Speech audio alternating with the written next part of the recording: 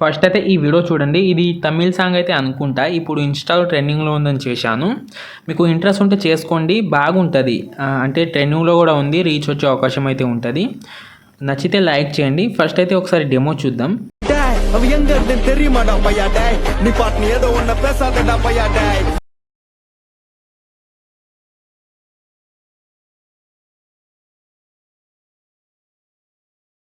நான் அந்த பையன் டேய் யாரா அந்த பையன் டேய் நான் அந்த பையன் டேய் யாரா அந்த பையன் டேய் நான் அந்த பையன் டேய் వీడియో అయితే చూశారు కదా.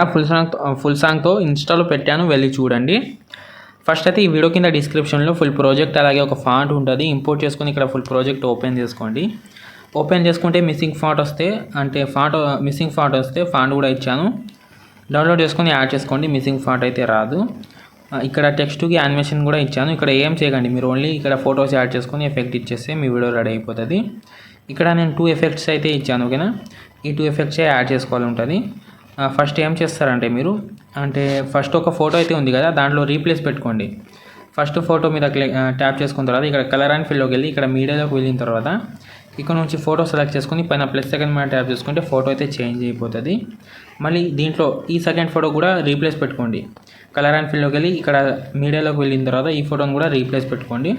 పెట్టుకున్న తర్వాత ఇక్కడ నుంచి రెగ్యులర్గా ఫోటోస్ యాడ్ చేసుకోండి. ఇక్కడ నుంచి ఇలా ఫోటో యాడ్ చేసుకొని ఇలా జూమ్ చేసుకోవాలి. 2 ఫింగర్ తోటి జూమ్ చేసి ఎక్స్ట్రా పార్ట్ ఉంటే కట్ చేసుకోండి.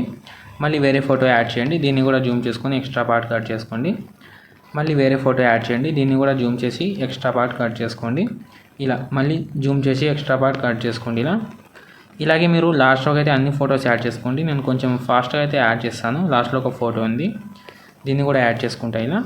ఇలా యాడ్ చేసుకున్న తర్వాత ఏం చేస్తారంటే స్టార్టింగ్లో 2 ఎఫెక్ట్స్ అయితే ఉంది కదా, ఇంతకుముందు చెప్పాను కదా. స్టార్టింగ్లో 2 ఎఫెక్ట్ అయితే మీరు ఫస్ట్ ఎఫెక్ట్ని అయితే కాపీ చేసుకోండి. ఫస్ట్ ఫోటో మీద ట్యాప్ చేసుకున్న తర్వాత పైన +2 మీద ట్యాప్ చేసుకున్న తర్వాత ఇక్కడ మీకు కాపీ లేయర్ అయితే ఉంటుంది, కాపీ లేయర్ చేసుకోండి. కాపీ లేయర్ చేసుకున్న తర్వాత సెకండ్ ఫోటోకి అయితే ఎఫెక్ట్ ఉంది కదా, ఇప్పుడు థర్డ్ ఫోటో టైమింగ్ చెప్తాను చూసి అక్కడ పేస్ట్ అయితే చేసుకోండి. 12.17 మిల్లీసెకండ్ ఆ ఫోటో మీద ట్యాప్ చేసుకున్న తర్వాత పైన +, కింద పేస్టల్ పక్కన యారో ఇక్కడ కలర్ ఫిల్ ఆఫ్ చేసి టైమింగ్ ఆఫ్ చేసిన తర్వాత పేస్ట్ అయితే చేసుకోండి.